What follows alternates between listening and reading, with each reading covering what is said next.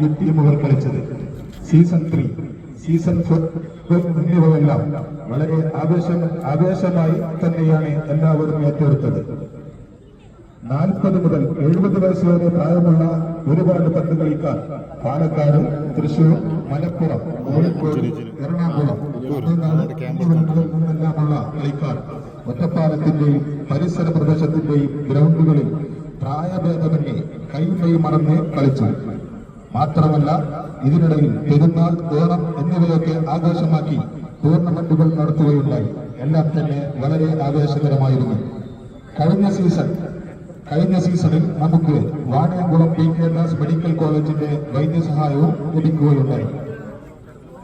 മാത്രമല്ല മുൻകാല ഇന്റർനാഷണൽ ഷൈനി വിൽസൺ, ഖലീൽ, പാപ്പച്ചൻ, സുരേഷ് കുമാർ തുടങ്ങിയ താരങ്ങളെല്ലാം നമ്മുടെ അതിഥികളായി എത്തിയിരുന്നു. Thrikkadeeri, Vekkidi, Vaniyamkulam, Pathirippala, MR sports city, Pampady എന്നിവിടങ്ങളിലെല്ലാം കളി നടത്തും.